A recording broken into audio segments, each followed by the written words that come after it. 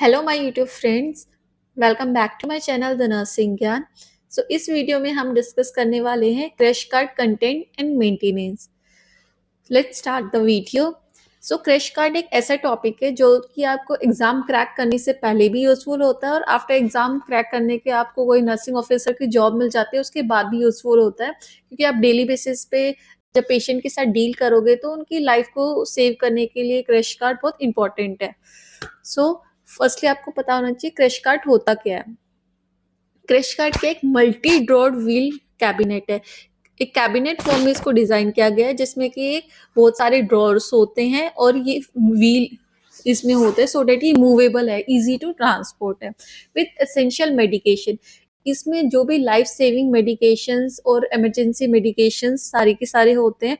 और इक्विपमेंट्स में लाइक आपके ये डिफिब्रिलेटर, एम्बू बैग, लाइंजोस्कोप जो कि इंट्यूबेशंस वगैरह में काम आएंगे, वो मेजर इक्विपमेंट्स अवेलेबल होते हैं that required in emergency situations. तो इसको इसलिए डिजाइन किया गया कि अगर कोई पेशेंट सिक हो रहा है तो इंस्टेड ऑफ हम कभी एक एक चीज उठा के ले, इससे अच्छा एक पूरा का पूरा एक डिजाइन फॉर्मेट है। जैसे पेशेंट सिक हो आप वहां पर क्रैश कार्ड ले जाओ, सो डेट क्या होगा, टाइम भी सेव हो जाएगा और पेशेंट की जो जान बचाने के चांसेस होते हैं वो ज्यादा होते हैं। वीडियो में आगे मूव करते हैं। क्रैश कार्ड पर्पस किस लिए डिजाइन किया गया, तो फर्स्ट पर्पस तो ये हो गया लाइफ सेविंग के लिए डिजाइन किया गया। इससे क्या होगा, इमीडिएट एक्सेस होगा, यानी कि हम इमीडिएटली सारे के सारे जो भी इक्विपमेंट्स और ड्रग्स हमें पेशेंट की लाइफ सेव करने के लिए नीडेड है वो सेम टाइम पे हमें मिल जाएंगे। दूसरा, to save the valuable time at the time of emergency. जब पेशेंट क्रैश होता है, यानी कि अगर जैसे पेशेंट कार्डियक अरेस्ट हो रहा है या ब्रेडी में जा रहा है या पेशेंट को सीवियर एरिथमियाज हो रहे, तो उस कंडीशंस में एक एक सेकंड बहुत इंपॉर्टेंट होती है। तो इसलिए इसको डिजाइन किया गया सो डेट हम मैक्सिमम टाइम पेशेंट की लाइफ को सेव करने में यूटिलाइज कर सके इंस्टेड ऑफ हम भाग रहे इधर उधर। तो ये इसका पर्पस है। तो फर्स्ट पर्पस होगी लाइफ सेविंग के लिए, एक immediately accessible of all the equipments और सप्लाईज, आप ऐसे भी बोल सकते हो। और सेकंड हो गया आपका टाइम को सेव करने के लिए। पॉलिसीज ऑफ क्रैश कार्ड की पॉलिसीज क्या होती है। अब आपने क्रैश कार्ड डिजाइन तो कर दिया, but there should be policy कि उसका प्रॉपर्ली मेंटेनेंस हो रहा है या नहीं हो रहा। उसके लिए फर्स्ट क्या है, it must be check by assigners. जो क्रैश कार्ड होता है वो हर शिफ्ट में असाइनर्स के द्वारा चेक किया जाना चाहिए, सो डेट तभी तो हम इमरजेंसी सिचुएशन में यूज कर पाएंगे। जो असाइन नर्स है वो ये एश्योर करती है कि जो क्रैश कार्ड में सारे जो इक्विपमेंट्स और ड्रग्स है वो प्रॉपरली वर्किंग है और जो ड्रग्स है वो इजी टू यूज हो, रेडी टू यूज। ठीक है, तो इन केस अगर शिफ्ट में आपका यूज भी होता है, it should be immediately replaced. After use इसको इमीडिएटली रिप्लेस करना है। नेक्स्ट होता है आपका मंथली बेसिस पे चेकिंग होती है इसकी। मंथली बेसिस पे क्या चेकिंग होती है कि आपके जो ड्रग्स है वो एक्सपायर तो नहीं हो रहे, नियर एक्सपायरी ड्रग्स को हम पहले ही निकाल देते हैं।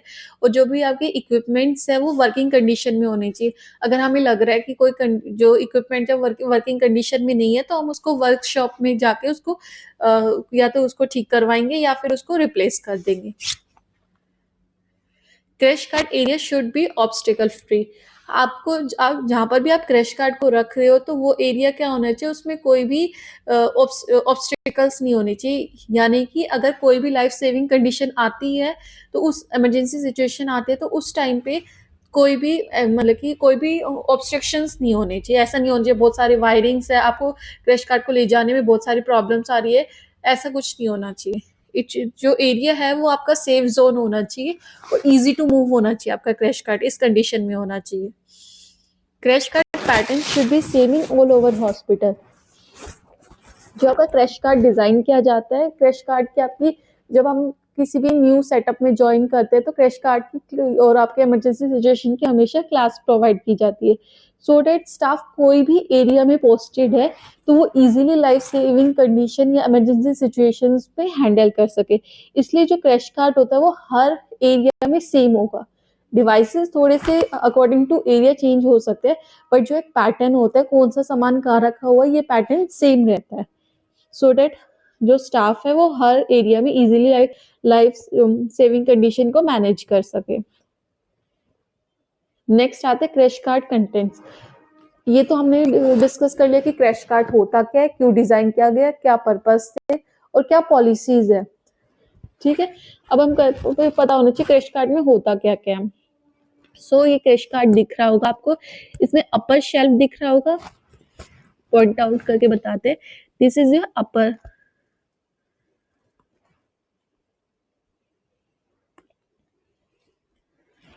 Okay, so this is your upper shelf.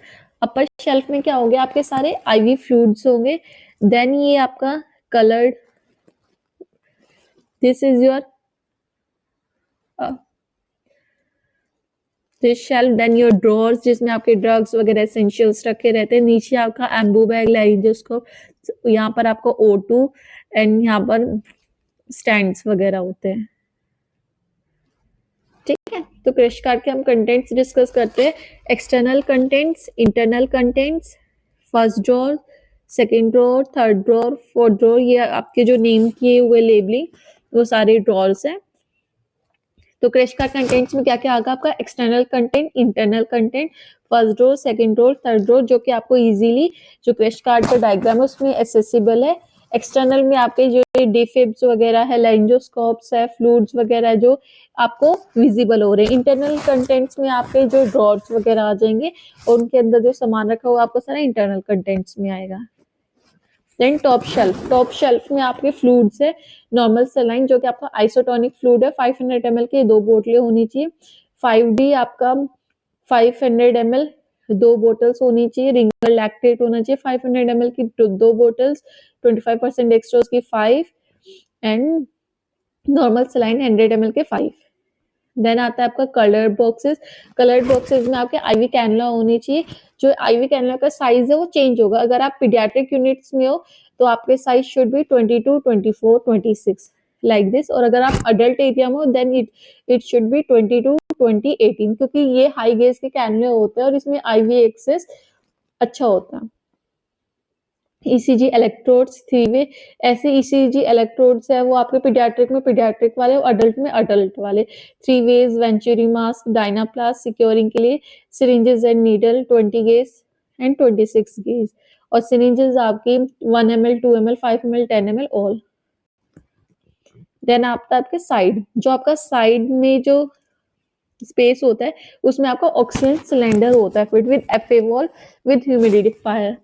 तो आपको बताना चाहिए व्हाट इज FA वॉल, जो आपका सिलेंडर होता है, सिलेंडर से जो कनेक्शन होता है, और देन आता है आपका ह्यूमिडिफायर। तो ये जो वॉल होता है इसको बोलते हैं हम FA वॉल, और ये जो होता है इसको बोलते हैं हम humidifier. Then oxygen tubing with face mask होना चाहिए आपका। मिडल शेल्फ में आपका defibrillator with paddles, jelly and clean gauze. So defibrillator जो होता है वो आपका बाइफेजिक डिफिब्रिलेटर्स होते हैं जिसमें कि अडल्ट पेडल्स होते हैं, और उसके ही बैक साइड में आपको इन्फेंट पेडल्स मिलेंगे विद इन्फेंट पैड्स और केबल्स, जो कि आपके बैक साइड में रखा होता है ट्रांसपेरेंट बैग में। और इसमें फिर जेलीज, जो जब भी आप डिफिब लगाओगे तो पहले ही आपको चेस्ट एरिया को क्लीन करके वहां जेली लगाने, देन आपको डिफिब अप्लाई करना। कभी भी हम डायरेक्ट डिफिब अप्लाई नहीं करते तो वो क्या होता है, लाइफ थ्रेटनिंग होता है।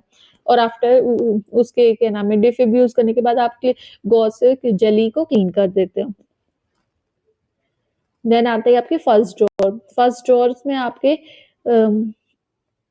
जो मेडिकेशंस होते हैं, मोस्टली जो कार्डियक अरेस्ट में यूज किए जाने वाले मेडिकेशंस हो गए वो सारे के सारे आपके फर्स्ट डोज में मिलेंगे, जिसमें आ जाता है आपका एट्रोपिन, सोडा बाइकार्ब, एम्योडेरोन, हाइड्रोकॉर्ट, एड्रेनालिन और कैल्शियम ग्लूकोनेट और नोरेड्रेनालिन। ये सारे क्या होते हैं, ये वो ड्रग्स होते हैं जो कि कार्डियक अरेस्ट में यूज किए जाते हैं। नेक्स्ट आता है आपका सेकेंड ड्रोर के जो ड्रग्स है वो मोस्टली हम किस में यूज करते हैं, ब्रेडिकार्डिया में यूज करते हैं। That is your adenosine, deriphyllin, Dilantin, Avils, Lasix, dopamine, NTG, midaz, lignocaine. So ये वाले सारे ड्रग्स क्या होते हैं, ये या तो इंट्यूबेशन के टाइम पे या ब्रेडिकार्डिया के टाइम पे यूज किए जाते हैं। और इसी ड्रॉर में आपका लैंजियोस्कोप का पीडियाट्रिक वाला लैंजियोस्कोप, ऑक्सीजन मास्क पीडियाट्रिक वाला, नेबुलाइजेशन मास्क, एयरवे अडल्ट का 3, 4, 5 साइज का, और बैटरीज आपके लैंजियोस्कोप की बैटरीज होते हैं पीडियाट्रिक की भी और अडल्ट की भी। देन आती है आपकी थर्ड ड्रॉर। जो थर्ड ड्रॉर होती है उसमें होते हैं आपके boogie and stylate, laryngeal mask airway, plaster for securing ETT and RT। जो आपका डिफिकल्ट इंट्यूबेशन होता है उसमें आपको बुगी और स्टाइलेट का भी यूज करना पड़ता है, और लेंजेल मास्क एयरवे भी होते हैं, और इसमें प्लास्टर भी होते हैं आपके, जैसे डायनाप्लास्ट होता है आपके ईटी ट्यूब को सिक्योर करने के लिए और एल्स ट्यूब को सिक्योर करने के लिए। देन आपका आता है आपका फोर्थ ड्रॉर में आपकी सिरिंजेस आएगी 1 ml 2 ml 5 ml 10 ml की, जिसमें 5 ईच सारी 5 होनी चाहिए। सिरिंजेस 20 ml 50 ml की 2 ईच होनी चाहिए। नीडल्स में आपका 18 to 26 गेज तक, लाइक 18 20 22 सारे गेज की 3 ईच होनी चाहिए नीडल्स। कॉटन बॉल और बैंडेज का 1 बॉक्स होना चाहिए। देन आता है आपका फिफ्थ ड्रॉर। जो आपका फिफ्थ ड्रॉर है उसमें आपके सारे वो इक्विपमेंट जो कि प्रोसेस स्पेशल प्रोसेस के लिए यूज होते हैं, like suction catheter 12 to 16 size के 3 each, rails tube, gloves, IV set, dial flow, ये सारे होने चाहिए। देन आता है आपका सिक्स ड्रॉर में आपके टॉर्च लाइट और स्टेथोस्कोप होने चाहिए।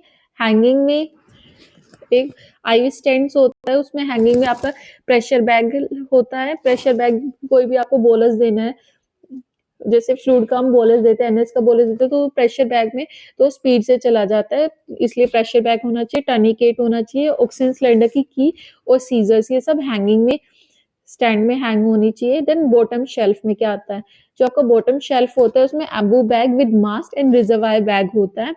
इसमें क्या होता है, लेंजोस्कोप अडल्ट विद ब्लेड्स के डिफरेंट डिफरेंट साइजेस अवेलेबल होनी चाहिए, क्योंकि हम पेशेंट की कंडीशन के अकॉर्डिंग डिफरेंट डिफरेंट यूज करते हैं। ईटी ट्यूब 6.5 7 7.5 8 और 8.5 सारे साइजेस की दो दो ईटी ट्यूब्स होनी चाहिए।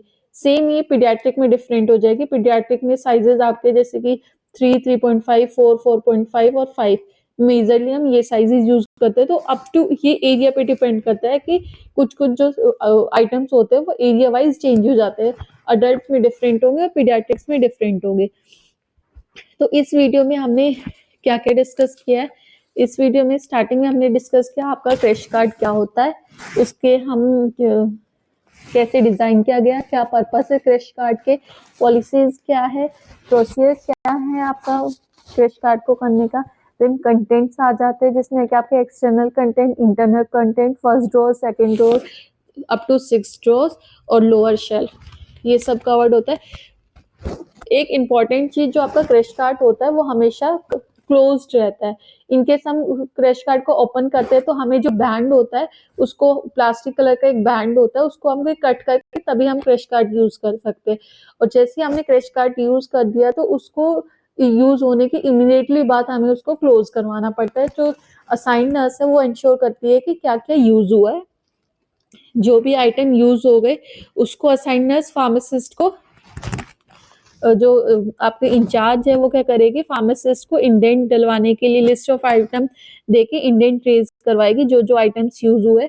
देन जो असाइंड फार्मासिस्ट होता है वो जो भी आइटम्स यूज हुए उनको इंडेंट करके उसको रिप्लेस करेगा। और जो चेकलिस्ट है, आपका क्रैश कार्ड की एक चेकलिस्ट होती है, उसमें सारे के सारे आइटम्स की लिस्ट होती है और वो शिफ्ट वाइज चेक की जाती है।